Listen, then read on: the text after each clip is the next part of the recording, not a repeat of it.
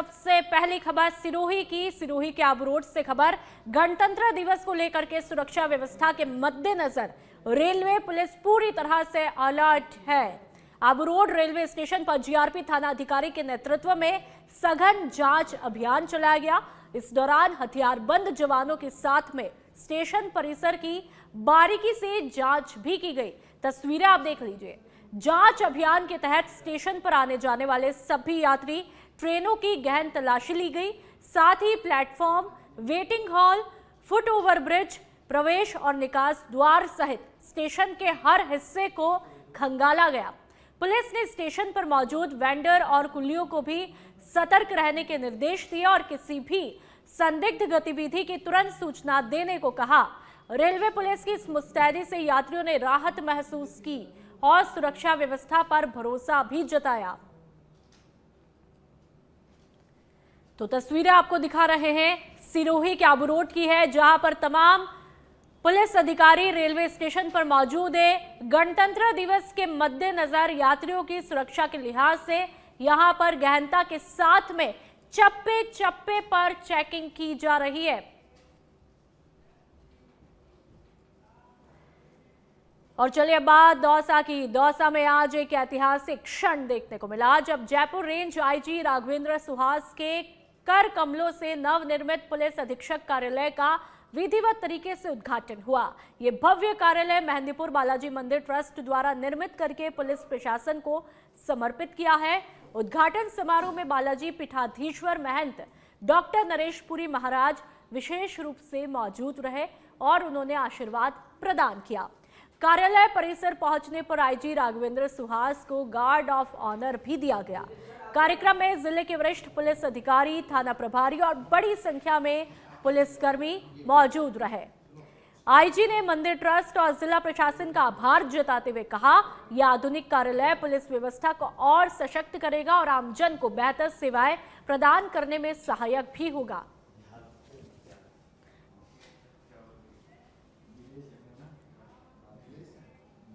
और चलिए अब बात भीलवाड़ा की। आज भीलवाड़ा के आसींद में केंद्रीय पर्यटन मंत्री का दौरा रहा। इस दौरान भीलवाड़ा जिला कलेक्टर, जिला पुलिस अधीक्षक सहित पुलिस जवानों का जाब्ता यहां पर दिखाई दिया।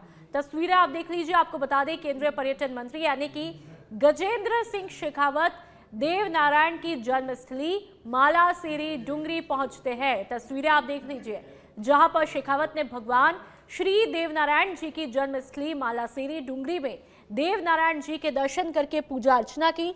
तस्वीरें लगातार आपके सामने। इस दौरान केंद्रीय मंत्री का देव भक्तों ने बुलडोजर से पुष्प वर्षा करके स्वागत भी किया। मालासेरी डुंगरी के पुजारी हेमराज पोसवाल ने कमल का पुष्प देकर के शेखावत का सम्मान किया। पूजा करते हुए शेखावत साहब यहां पर दिखाई देते हैं। मालासेरी डुंगरी पर चल रहे कॉरिडोर निर्माण के कार्य का अवलोकन करके धर्म सभा को संबोधित उन्होंने किया।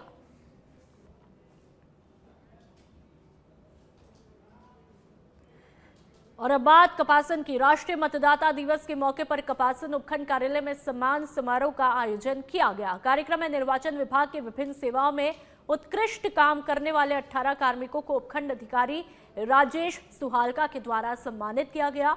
इस दौरान विधानसभा के उत्कृष्ट बूथ लेवल अधिकारियों को विशेष रूप से प्रशस्ति पत्र यहां पर प्रदान किए गए। तो वहीं बेहतर काम करने वाले सुपरवाइजरों को भी सम्मानित किया गया। साथ ही मतदाता जागरूकता अभियान में उल्लेखनीय योगदान देने वाले निर्वाचन साक्षरता क्लबों को सम्मान मिला। उपखंड अधिकारी राजेश सुहालका ने कहा, लोकतंत्र को मजबूत बनाने में बीएलओ और निर्वाचन कार्मिकों की भूमिका बेहद महत्वपूर्ण है। कार्यक्रम में तहसीलदार नासिर बेग मिर्जा, खंड मुख्य शिक्षा अधिकारी गोपाल शर्मा सहित उपखंड लेवल के अधिकारी और कर्मचारी दोनों मौजूद रहे।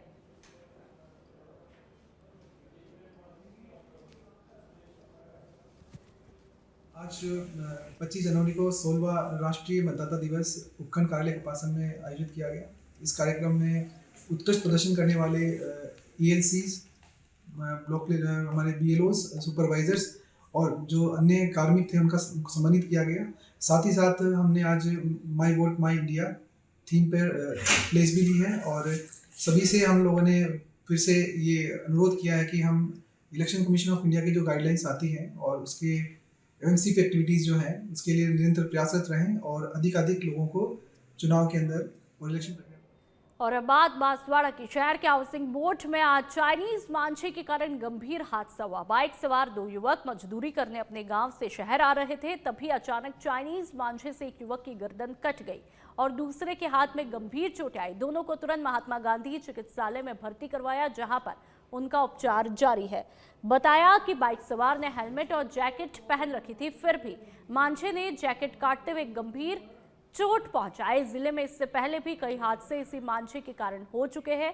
वहां के लोग सुरक्षा के लिए कार्रवाई की मांग कर रहे हैं, लेकिन अब तक चाइनीज मांझे पर कोई रोक या फिर कानूनी कार्रवाई नहीं हुई। तो ये तस्वीरें आप देख सकते हैं कि किस तरह से घायलों का उपचार जारी है। चाइनीज मांझा हर साल हम आपको बताते हैं कि कितना ज्यादा खतरनाक होता है और इसी के कारण कई हादसे भी हुए हैं। काम के लिए आ रहे थे तो चाइनीज मांझा इनके गले में फंसा और ये दोनों, इसकी भी गर्दन कट गई है, अंगूठा कट गया है और उसका भी वो हाथ कटा हुआ है। दोनों गंभीर रूप से घायल हो गए। क्या नाम बताया दोनों का? इसका शांतु, इसका दिनेश पुत्र शांतु और उसका लक्ष्मण पुत्र रकमा।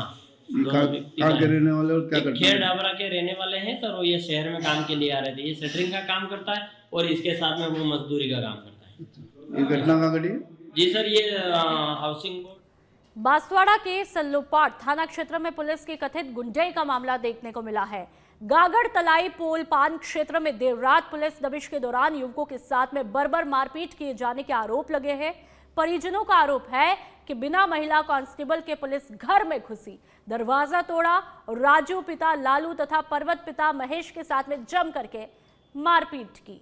मारपीट में एक युवक के कमर और हाथ पर गंभीर चोट के निशान भी बताए जा रहे हैं। वहीं मौके पर खून के धब्बे भी मिले हैं। महिलाओं ने भी विरोध करने पर पुलिस द्वारा मारपीट करने का आरोप लगाया। मामले में सल्लोपाट थाना के जगपाल सिंह सहित 6 पुलिसकर्मियों पर गंभीर आरोप लगे हैं। घटना की जानकारी मिलते ही बागीदौरा विधायक यानी कि जय कृष्ण पटेल घायल युवकों और परिजनों को लेकर पुलिस अधीक्षक सुधीर जोशी के आवास पर पहुंचे। विधायक ने चेतावनी दी कि 24 घंटे में कार्रवाई नहीं हुई तो आंदोलन करेंगे। पुलिस अधीक्षक ने निष्पक्ष कार्रवाई का आश्वासन दिया है।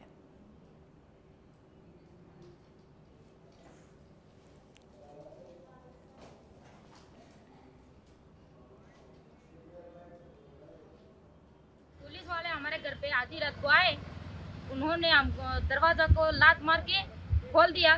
फिर मेरे हस्बैंड को दोनों हाथ में 2 जने पकड़ लिए, फिर घर में ही मारना शुरू कर दिया। फिर मैं उसके पीछे पीछे गई तो मेरे को बोले कि आप कहाँ जा रही हो? मैंने बोला मैं आपके साथ में आ रही हूँ।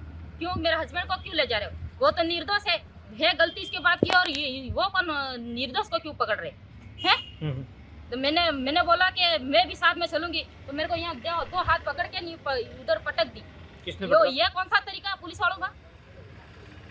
जगपाल ने मेरे को यहाँ पकड़ी ना, पकड़ के इधर रख दी। वो कौन सा तरीका होता है पुलिस वालों को? आधी रात को आने का मतलब क्या है उनका? सरकार ये ड्यूटी निभाती है क्या उनकी? पहले भी आधी रात को ही आए थे, आज भी आधी रात को ही आए, 2 दिन हुए। तो मैं हमारे साथ तो हुआ वो तो हम उनको कहेंगे ना। एसपी साहब से मुलाकात हुई आपकी, क्या कहा? हाँ, उन्होंने 6 बजे आए और 6 बजे आके दरवाजा को लात मार के मेरे घरवाली ने बोला कि घर कौन है? तो हम थाने से, सल्लोपाट थाने से। तो फिर उसने बोला कि सबको दरवाजा, मैंने बोला कि खोल दे दरवाजा। मैं क्यों भागू? मैं आरोपी थोड़ा हूँ, मैं भागू। तो उसने बोला, दरवाजा खोलते ही मेरे को 2 हाथ से पकड़ लिया। पकड़ते और वहाँ से पकड़ते सीधे मारते ले गए मास के घर। वहाँ से फिर मेरे को मार के बेहोश कर दिया। मारपीट की? मैं थाना में नहीं गया। तो कहाँ पे मारपीट की? मेरे घर पे ही। घर पे ही मारपीट करी? पुलिस वाले आए थे, वो वर्दी में थे या बिना वर्दी के थे? वर्दी के ही थे। कितने लोग थे? 8 लोग थे। महिला कांस्टेबल थी कोई साथ में? कोई नहीं थे। कोई भी नहीं था। ये क्या बोला आकर आपको? मेरे को कुछ महेश फर्स्ट तो वो बोला मेरे को महेश का बोल के फिर माने। आज हम एसपी कार्यालय के बाहर एसपी साहब से अभी मुलाकात की उनके निवास स्थान पे। ये जो मामला है वो गांगड़ तलाई के सल्लोपाट थाने के अंदर हमारे जो कोलापाड़ ग्राम पंचायत का है। इसके अंदर राजू और पर्वत के दो नाम के 2 व्यक्ति हैं। उनके साथ में अचानक रात को पुलिस आती है और उनके घर पे लात मार के दरवाज़ा तोड़ के ये जो राजू और पर्वत है उनको उठा के ले जाती है, महिलाओं के साथ में भी अभद्र व्यवहार करती है, उनके साथ में भी खींचतान करती है। और वहाँ ले जाने के बाद में राजू और पर्वत को जो दो हैं उनको बुरी तरीके से मारपीट करती है। ये कहीं न कहीं इस क्षेत्र के अंदर गुंडागर्दी जो पुलिस का रवैया जो अपना रखा है उस रवैये को सुधारना पड़ेगा। मैं एसपी साहब से भी कहना चाहूँगा कि ये वो जिन लोगों के साथ में मारपीट की ये थाने वालों ने, पुलिस वालों ने, उन लोगों के खिलाफ में सख्त कार्रवाई होनी चाहिए। और अब बात डीडवाना की, जहां पर धनकोली गांव के शहीद कमांडेंट जीवन राम खसवा की शौर्य गाथा को अब नेशनल लेवल पर नई पहचान मिली है। बेंगलोर स्थित बीएसएफ सहायक प्रशिक्षण केंद्र में आयोजित गरिमामय समारोह में परेड ग्राउंड का नामकरण उनके नाम पर किया गया। इस मौके पर कर्नाटक के राज्यपाल ने पट्टिका का अनावरण करके शहीद को श्रद्धांजलि अर्पित की। डीडवाना जिला सैनिक कल्याण कार्यालय के अधिकारी सेवानिवृत्त कैप्टन ओम प्रकाश ने इस पूरे इलाके के लिए गौरव का क्षण भी बताया, तो वहीं शहीद के परिजनों ने इसे परिवार और गांव के लिए सम्मान का पल बताया। शहीद जीवन राम के नाम पर परेड ग्राउंड का नामकरण होने की खबर गांव पहुंचते ही धनकोली में खुशी और उत्साह का माहौल बना। गौरतलब है कि शहीद कमांडेंट जीवन राम खसवा 107वीं बटालियन बीएसएफ के वीर अधिकारी थे। उड़ीसा के नक्सल प्रभावित मलखानगिरी जिले के बाली मेला क्षेत्र में तैनाती के दौरान 10 फरवरी 2012 को नक्सलियों ने आईडी ब्लास्ट और भारी फायरिंग कर उनके काफिले पर हमला किया। गंभीर रूप से घायल होने के बावजूद उन्होंने अंतिम सांस तक मोर्चा संभाले रखा और नक्सलियों से मुकाबला करते हुए वीर गति को प्राप्त हुए। उनकी वीरता को सम्मान देते हुए भारत सरकार ने उन्हें मरणोपरांत पुलिस मेडल फॉर गैलेंट्री से सम्मानित किया। ग्रामीणों का कहना है कि नामकरण हर जवान और युवा के लिए प्रेरणा बनेगा।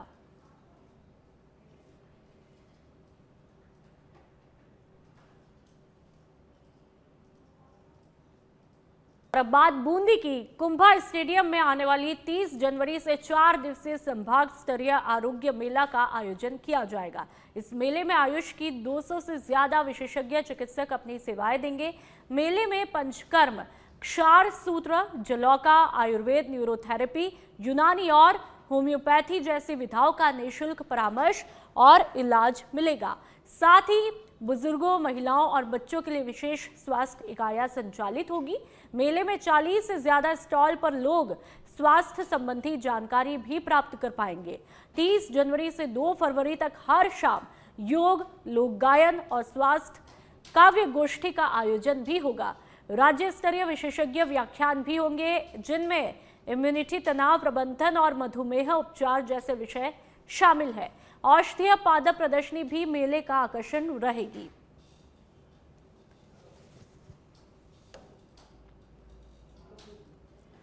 और अब सिरोही के मंडार से खबर। रोहुआ गांव के कृषि कुएं पर पैंथर आया। पैंथर ने अब तक 4 लोगों को जख्मी किया। वन विभाग ranger Lalit Singh night team मौके पर मौजूद है। पैंथर को जंगल की तरफ भगाया जा रहा है। घटना स्थल पर बड़ी संख्या में ग्रामीण जमा हुए। करीब 7 घंटे बाद पैंथर कुएं से बाहर निकला। वन विभाग की निगरानी में सुरक्षित रूट पर भेजा जा रहा है। तो आपको बता दें कि पैंथर ने अब तक 4 लोगों को जख्मी कर दिया। वन विभाग की टीम मौके पर मौजूद है और ऐसे में सफलतापूर्वक रेस्क्यू करने की कोशिश है। पैंथर को जंगल की तरफ भगाया जा रहा है।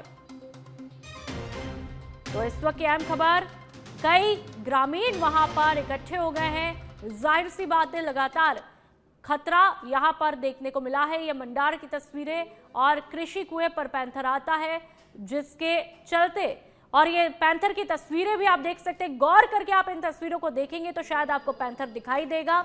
और ऐसे में यहाँ पर पैंथर को जंगल की तरफ भगाए जाने की कोशिश है। मंडार की तस्वीरें आप देख सकते हैं। पैंथर की चहल कदमी को बहुत ही शांत तरीके से पैंथर जा रहा है। और लेकिन हैरानी की बात यह है कि 4 लोगों को अब तक जख्मी कर दिया है। मंडार की तस्वीरें हैं और ऐसे में जाहिर सी बात है, खतरा बना रहता है। लेकिन यहाँ पर जो टीम है उनकी कोशिश है कि लोगों की सुरक्षा भी रहे और साथ ही जो पैंथर है उसकी सुरक्षा भी रहे। ऐसे में उसे जंगल की तरफ ही भगाया जा रहा है। तो आप गौर करके इन तस्वीरों को देखेंगे तो शायद आपको पैंथर दिखाई देगा। और चलिए अब बात बालोतरा की। राज्य मंत्री के विश्नोई बालोतरा जिले पहुंचे, जहां पर बीजेपी कार्यकर्ता और ग्रामीणों ने उनका भव्य स्वागत किया। तस्वीरें आप देख सकते हैं। और बाड़मेर बालोतरा जिले के पुनर्गठन के बाद ये मंत्री का पहला दौरा था। पचपदरा विधायक डॉक्टर अरुण चौधरी और बीजेपी कार्यकर्ताओं ने गर्मजोशी से मंत्री का अभिनंदन किया, साफा उनको पहनाया। आप तस्वीरों में साफ तौर पर देख सकते हैं तमाम लोगों में खुशी का माहौल। इसके बाद मंत्री गुड़ामालानी और धोरीमन्ना के लिए रवाना हुए। गुड़ामालानी में आयोजित धन्यवाद सभा और बैठक में जिला और प्रदेश के बीजेपी नेता शामिल हुए। खास बात यह रही कि युवाओं में रिफाइनरी नौकरियों को लेकर के काफी उत्साह यहां पर दिखाई दिया।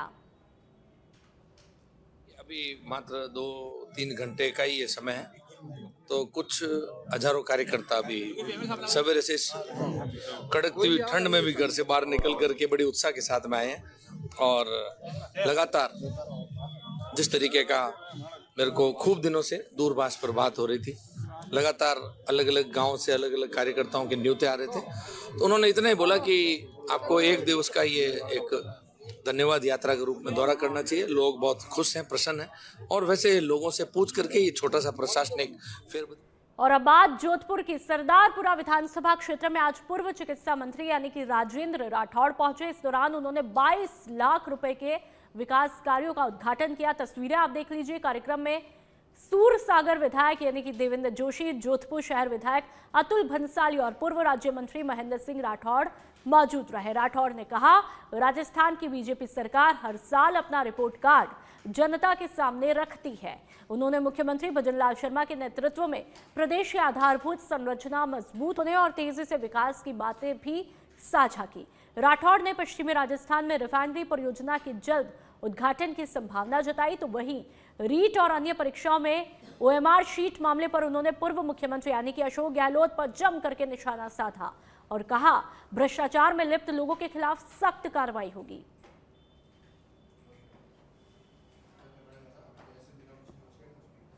समझता हूं कि नासमझी के कारण से कई बार ट्वीट खेलें इस खेल के अंदर अशोक गहलोत जी भी ट्वीट कर जाते हैं। ये सारी परीक्षाएं जो ORM सीट के आधार पर जिनमें गिरफ्तारियां हुई है 2019 में हुई, जनवरी 2019 से लेकर मार्च 2019 तक, और जिसने कंपनी ने इसकी परीक्षा कराई उसका चयन भी अशोक गहलोत जी के शासन में हुआ। निश्चित तौर पर इसमें जांच होगी, जांच आगे बढ़ेंगे तो तार कहीं से कहीं जुड़ जाएंगे। कई बार इस सरकार पर आरोप लगाने से पहले वो भूल जाते हैं कि जो वो उंगली उठा रहे हैं वो 4 उंगलियां उनकी तरफ ही मुड़ गई। मान के चले कि जो पुराने तार मुखिया तक जुड़ जाएंगे। निश्चित तौर पर आपने देखा होगा उनके खुद ही निजी जो रक्षक थे, उनके पर्सनल PSO, वो और उनके पुत्र की गिरफ्तारी क्या संकेत दे रही है। आज सबसे निजी अपना कोई काम करने वाला कर्मचारी वो अगर इस प्रकार के भ्रष्टाचार के, इस प्रकार के पेपर लीक में, इस प्रकार की नौकरी लूट में लिप्त हो जाए। और अब बात दौसा की। राष्ट्रगीत वंदे मातरम के 150 साल पूरे होने के उपलक्ष्य में रविवार को दौसा सूचना केंद्र में विशेष प्रदर्शनी का आयोजन किया गया। तस्वीरें आप देख लीजिए। प्रदर्शनी का उद्घाटन जिला कलेक्टर देवेंद्र कुमार ने फीता काट कर किया। इस मौके पर जिला परिषद के मुख्य कार्यकारी अधिकारी बिरदीचंद गंगवाल भी यहां पर मौजूद रहे। कलेक्टर ने प्रदर्शनी का बारीकी से अवलोकन किया और आमजन से आग्रह किया कि वे इस ऐतिहासिक प्रदर्शनी का अवश्य अवलोकन करें। प्रदर्शनी में वंदे मातरम गीत के स्वतंत्रता संग्राम में योगदान, ऐतिहासिक महत्व और देशभक्ति से जुड़े प्रसंग भी प्रदर्शित किए हैं। कलेक्टर ने कहा, ये प्रदर्शनी नई पीढ़ी के लिए प्रेरणा स्रोत बनेगी और राष्ट्र प्रेम की भावना को मजबूत भी करेगी। की लड़ाई थी उसमें अभिन्न अंग रहा है, जिसमें कि इस गीत को जो हमारे फ्रीडम फाइटर्स थे वो गाते थे, एकजुट होते थे, और उसका बहुत ही महत्वपूर्ण हिस्सा रहा था। तो उसके 150 वर्ष पूर्व होने पर जो है विभिन्न कार्यक्रम इस गीत को लेकर के करवाए जाते रहे हैं। उसी की निरंतरता में एक 2 दिवसीय प्रदर्शनी आज यहाँ PRO ऑफिस के अंदर लगाई गई है, जिसमें इस गीत के इतिहास, इस गीत का भारतीय फ्रीडम स्ट्रगल में क्या महत्वपूर्ण रोल रहा है, और इस गीत का हमारे जो है मैं कहूँगा हिंदुस्तान की चेतना में, हिंदुस्तान के हमारे मॉरल वैल्यूज़ के डेवलपमेंट में क्या क्या योगदान महत्वपूर्ण रहे, उसको लेकर के यहाँ पे आज प्रदर्शित लेखन के माध्यम। और अब बात दौसा की। राष्ट्रीय मतदान दिवस के मौके पर रविवार को फिट इंडिया साइकिलिंग ड्राइव के अंतर्गत संडे ऑन साइकिल कार्यक्रम का आयोजन किया गया। ये साइकिल रैली दौसा जिला कलेक्ट्रेट से पंडित नवल किशोर शर्मा पीजी कॉलेज तक निकाली गई। जिला परिषद के मुख्य कार्यकारी अधिकारी बिरदीचंद गंगवाल ने हरी झंडी दिखाकर साइकिल और दोपहिया वाहन चालकों को रवाना किया। सीईओ गंगवाल ने कहा, फिट इंडिया अभियान के तहत प्रत्येक नागरिक को सप्ताह में कम से कम एक दिन साइकिल चलानी चाहिए। इससे शरीर स्वस्थ रहता है और ऊर्जा भी बनी रहती है। कार्यक्रम में मौजूद अधिकारियों, कर्मचारियों और प्रतिभागियों ने सामूहिक रूप से वंदे मातरम गीत का गायन किया। इसका उद्देश्य स्वास्थ्य जागरूकता और लोकतांत्रिक चेतना को बढ़ावा देना है। तो ये साइकिल रैली की तस्वीरें आप देख लीजिए। मैसेज दिया जा रहा है, आज राष्ट्रीय मतदाता दिवस है और ज़्यादा से ज़्यादा लोकतंत्र को मजबूत बनाने के लिए और जागरूकता पैदा करने के लिए आज ये विशेष रैली आयोजित की गई है। राज्य स्तर पर भी एक बड़ा कार्यक्रम होता है, डिस्ट्रिक्ट लेवल पर भी बड़ा कार्यक्रम होता है। उसी के क्रम में ये साइकिल रैली का जो निर्देश प्राप्त है उसके जागरूकता रैली जा रही है। कहाँ से कहाँ तक आयोजित